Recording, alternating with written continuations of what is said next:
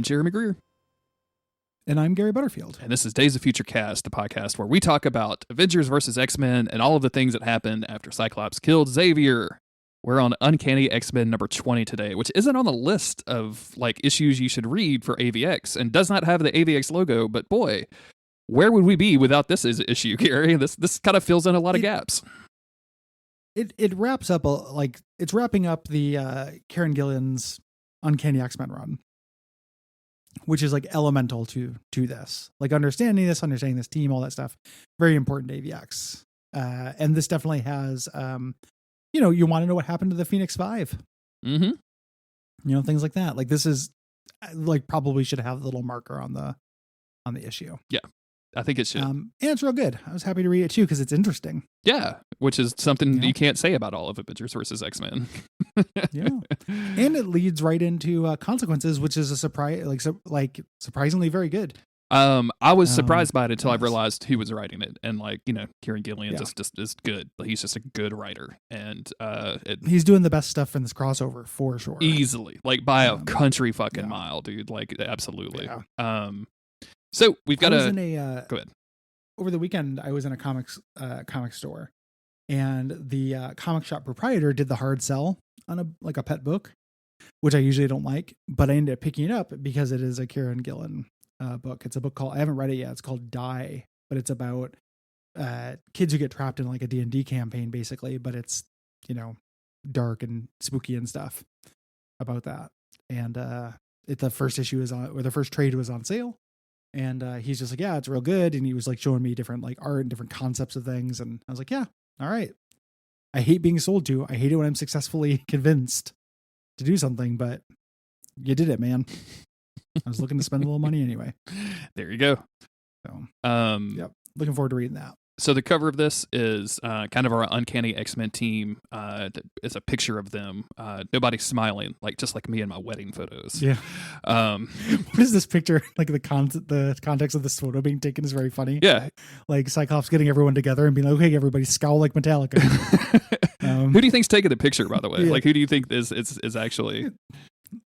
Yeah, Sprite. Sure. Yeah. Sprite or Pixie rather. Mm-hmm. So yeah, and the Phoenix is holding this picture, and it's flaming up at the edges. So everything is ending and being reborn at the same time. Do you get it? Yep. So we're gonna cruise through some locations. We've got the Shield Holding Unit X-34-17, which is classified but clearly Arizona. Like, I don't know if you've ever seen Arizona, but that is clearly Arizona. We have the Fallen X-Brig that's just sticking out in the Pacific Ocean, like that baby Eternal that they left in the MCU off the floating island just fell. Yeah, this is, you want to explore this in Elden Ring. You know what I'm saying? Hell yeah, yeah. And then the ruins of the Phoenix Farms in Siberia. I love that they were called Phoenix Farms. Oh, so good. That should be on a salad dressing. Yes, absolutely. Absolutely, it should. Yeah. And I also love how the Phoenix Force set up these farms and stuff. And then once the Phoenix was gone, like it all goes to waste. Yeah. Like no one's maintaining the farms. Nobody puts in some sprinklers. It's just all ruined. This is what happens when you don't have people to run the shit for you. When your Phoenix just does everything, then nobody knows how to do stuff when the Phoenix is gone. Exactly. Teach a man to farm. He'll farm for a day. Phoenix a man to farm. He'll never farm again. He'll never farm again. And we're gonna check through some of our people. We've got Cyclops, who is in a quartz prison, looking at somebody on the other side of the glass, saying, "I didn't ask for you." We've got Danger, who you can tell by the tilt that she's still in the X-Brig where they've got all these people locked up. I don't know who this guy is that there's in the picture, but some Nazi. Yeah, some weird fucking Nazi looking dude. And then Colossus, who has just been hanging out in the ex-Phoenix Farms. And this is going to be kind of hard to talk about a little bit because the way it kind of bounces forward. 3 interlaced stories. Yeah. So we can kind of say what happens in each one kind of generally, and then maybe just hit like points that we think are cool. But yeah, this is a montage in a weird way. Mm-hmm. So the Cyclops storyline about this is him being visited by Kate Kildare, the superhuman PR specialist, and basically kind of like sniping back and forth initially. she's like, hey, there are new mutants everywhere, but guess what? You're, the hate for mutants is an all-time high, and you're less popular than Doctor Doom. This is nobody likes you. You're your lowest moment. And Cyclops keeps saying, like, do you have anything useful? Why are you doing this? Until she says, Scott, look at me, and reveals she's got a Sinister diamond. Ta-da! I knew someone was a secret Sinister in this, but I was wrong. I love the fact that this should be like, I should be rolling my eyes at that, but like, I don't know there, man. It's something about Gillian's Sinister where I'm just like, a fucking course, absolutely, yeah, let's go, let's do this, I'm ready. I love it's a very good Sinister. So that's kind of the first part of that story. The least interesting one is the Unit Danger story, and not because I don't love my boy Unit, but because I don't care about Danger. He's basically exiting, and he says, she's like, oh, what now? Do you mind wipe me and kill me and stuff? And he says, no, I've grown to respect you. Like, you're extraordinary.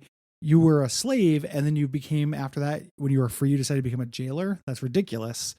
I'm going to put you on pause for a little bit and then let you do whatever you want, but you should decide not to be anyone's prisoner anymore. Yeah. I'm still going to go off and do my universal utopia. Your sacrifice will be considered when that happens, and you'll never know my plans. Something about the art in this that I really like is that, they showed the picture of the brig, like being all akimbo in the Pacific Ocean or whatever. And throughout this, like, she's standing flat on her feet, which puts her at an angle while he's just like floating above it straight. And they just did a really good job of realizing that and like thinking about that all the way through. And I really, really appreciate stuff like that when you can look at it and just go like, oh, there it is. It's real good. And I'm sure it's packed full of symbolism, that she's candid. Her world's been turned upside down by this revelation and stuff. It's still, to me, this is petty, but anything with Danger always suffers from this horrible, horrible character design. Yeah, absolutely. I can't take her seriously. When you can see like wires in her boobs, man, like what are we doing? Like like wires in her cheeks, like wires in her boobs. She's got like a wires like fucking tramp stamp on the back. Like I don't. It is one of the all-time worst character designs. I don't know that there's one I like less than Danger. Like the Beyonder is way better. But there's a panel like he leaves. He's like, I'll never tell, and he leaves, and then she goes raw, and both her arms turn into machine guns. Yeah, absolutely. Yeah, and it looks so stupid. It's really dumb. She looks like such shit. Yeah, it's super, super, super dumb. And she lets everybody free, and she lets all of the Nazis free. All the Nazis get to go. Yeah, so good for that. I mean, cool. Whatever. We jump over to Siberia, where Demon, Satorak, Colossus, and Magic are fighting one another. And she's like, "Hey, we're not going to do that here. We're going to come into limbo."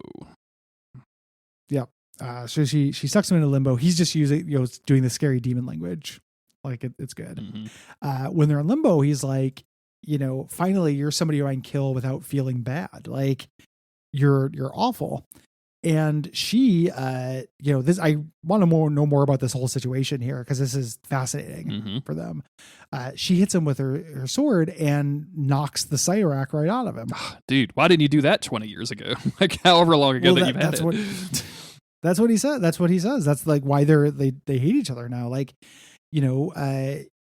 she says, remember when we had him, when we went to his realm, he said that, in his demon lord's realm, he has control, but this was my realm that we're in. And since we're in my realm, my sword does what I want it to. And he immediately realized he's not grateful. He's not anything. He's just like, oh, you could have freed me whenever you wished. And she says, I could, but you wouldn't have learned anything. It's very patronizing, and we'll get, she basically repeats the point that she had in the last issue we had with them, where she's like, I did this out of love because you were making dumb sacrifices for me, and I'm not worth it. Like, now that you have been a demon, you know that I'm a demon, and I'm a snowflake. I melted a long time ago. I love this. Do not give yourself away so easily for someone who simply does not deserve it. Which could be read as like kind of like a narcissistic, like I suck, right? Like I suck so bad that you shouldn't care about me. But really it feels like she's more just acknowledging like, I'm not going to I am not a good person. Like, and you still have the capability to be a good person. You shouldn't be wasting your time on me. You shouldn't have sacrificed yourself for me, and you should, because you see how much anguish it causes you. And I kind of dig this, and I want to see. I'm curious what happens with Colossus and Magic going forward, because like they split into two different books, and I'm very curious about what happens. I'm actually pretty excited now that we're not covering Consequences this week, but I finished Consequences today, and I'm just going to keep reading X-Men stuff from that point forward. I'm really like we'll talk about that. Yeah. At the end when we talk about Consequences, Colossus says, if we ever meet again, I'll kill you. Which is just crazy. Like that's not, but this demon thing was so hard on him. Mm-hmm. It's a cool place to leave the character. It's not just that like Colossus had the capability to still be a good person. Like he was one of the best people. He always had there's always like a weird side of Colossus that was like too rigid. Yeah.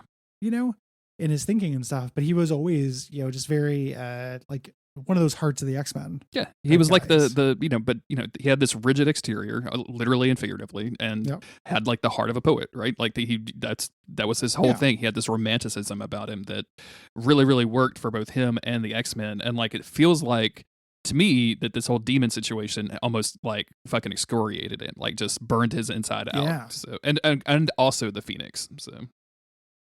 It's cool. Like it's a cool direction to take the character. It's like, oh shit, Magic is more of a supervillain than, I even really considered. Like this is some pretty fucked up shit. Pretty cool. Yes. The Colossus plate, space, Sinister, Cyclops kind of explains what happened or not. Yeah. The Cyclops space. Mm-hmm. Thank you. Explains what happened, and how this whole thing went down. He hid one of his little para-personalities in Kildare and put it at the the bottom of her subconscious where the Phoenix couldn't see it.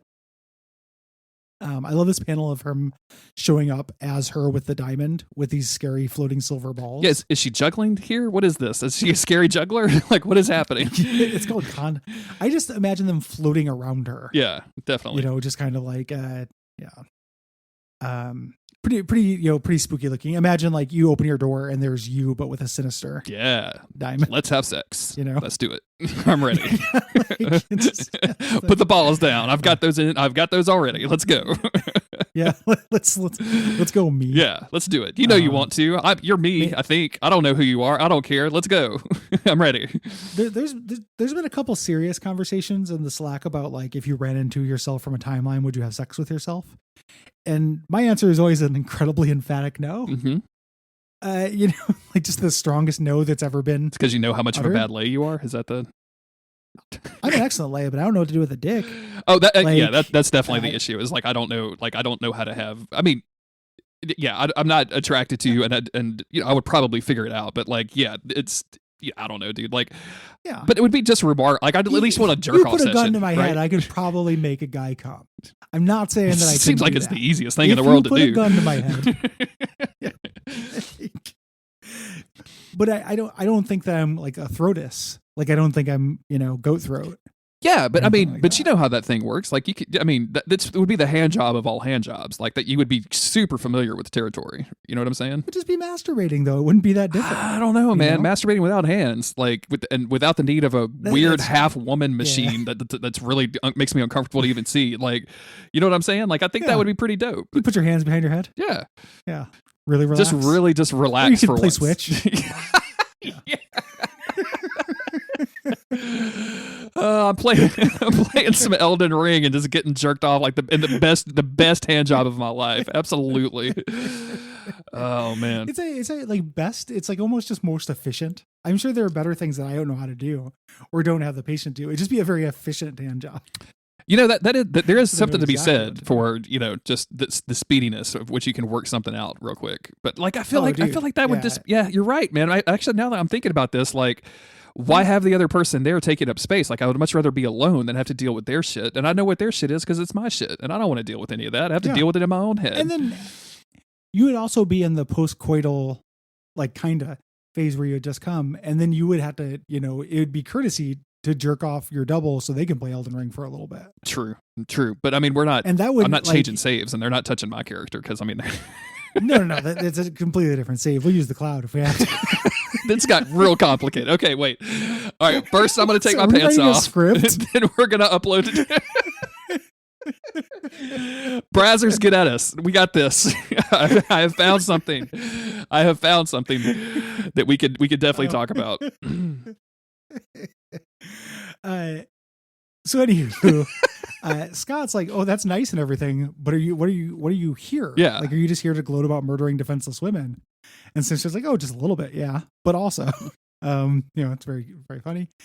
And just kind of lays out what happened, how they both lost everything, in pursuit of their goals. But he says, "But you won. I only got the Phoenix Force in control of it for a couple of minutes, and you actually achieved bringing back mutants. But the thing is, like, you're in jail and I'm not. So I get to keep trying and you're stuck." Yep. Which I guess is a trying win. To taunt him out. Yeah. Yeah. Sorry, I didn't mean to cut you off. No, you're good. Go ahead. Yeah. And start taunting him to escape. Like, you can stay in there or you can come out and play because no one else can stop me. She knocks on the glass on the quartz, ruby quartz or whatever. And I wonder if it has the same effect that an aquarium does with fish, where when you do that, it just echoes inside. Because, like, if I was Mr. Sinister, that'd be the best way to annoy Cyclops constantly. Is just do a little tap it on it. There's probably a bunch of little signs that say, "Do not tap the glass, no flash photography," like in an aquarium. Probably so. Do not annoy the Cyclops. Yeah. He's and this ends with Cyclops being like, this isn't over. Like, he's going to keep pursuing Sinister. Can we talk about Sinister's curtsy? Like, Sinister does a real good curtsy. I mean, that's proper form. Like, the artist went out and found a curtsy, and, like, you know what I'm saying? Like, I just got this gesture in Elden Ring, so it's like, I've seen this before. I was going to say, Sinister unlocked the gesture with this. It's real good. And it's really exciting. Like, the idea of a Cyclops versus Sinister X-Men, Oh yeah, definitely. is real neat, and it, spoiler, like, we do get that set up with, at the end of Consequences, it moves into a run that Bendis wrote that it doesn't have a good reputation. Like, the premise is really irresistible to me, but people don't like the run. I will definitely try it out, but it's it's cool. This is a cool issue and is obviously very important. Yes. Yeah, I'm glad we covered it, even though it wasn't specifically mentioned by anybody, because I feel like it really sets up all of the next X-Men stuff, and that's really, really good. And yeah, that's this issue. What was I going to say? That's it. We're good. Send us your feedback on Avengers versus X-Men. Send us your feedback on MCU stuff. Send us your feedback on jerking off your clone, I guess. Yeah, just say yes or no. Like, at the end of your message, say yes or no, whether you would do yourself. We're gonna do some stats. We're gonna put together a chart and see who would do it. A highly informal survey. Yes, a very highly informal and not scientifically accurate survey. So definitely tell us if you would jerk off your clone. You can do that by going to patreon.com/Duckfeed.tv and joining the Patreon gets you access to all kinds of exclusive content, gets you access to early episodes of this podcast. You can join the Slack. You can do just a large amount of listening when you join the Patreon. It's actually kind of bonkers. Cole tweeted out like the other day, like how much it was, and it was like over 300 hours or something. That was something insane, right? Like, that may even be low because I don't remember quite what it was. But it's a ridiculous amount. Yeah. We are doing experience some pains in the back end trying to adjust this stuff, so please bear with us. Because we really appreciate your patience. Like, we figured out a way to do something that the platform doesn't really want to do, but a lot of people have asked for, and will make things easier. But, making this work is taking time and effort. Yep. So the biggest thing you can do if you're signing up and you're having any issues is read the documentation that we've already written very carefully. Yes. Before reaching out. Not that you can't reach out, it's fine, but just read it first, because I don't know that people necessarily understand the volume of questions we're getting. Yeah. Duckfeed is a huge network, and we're very appreciative of all of you who have made us that way, because it's not just us people talking at the microphones. It's all you people listening out there. But also at the same time, that large amount of people looking for a large amount of content can get overwhelming. for our poor tech support gremlins, who was really just coal at this point. Definitely read through all that documentation. If you need help with Days of Future Cast specifically, please let me know. I'm easily reachable on Twitter or just about anywhere else. Y'all know how to get in touch with me. And yeah, we'll be back next week with consequences of our actions. Yep.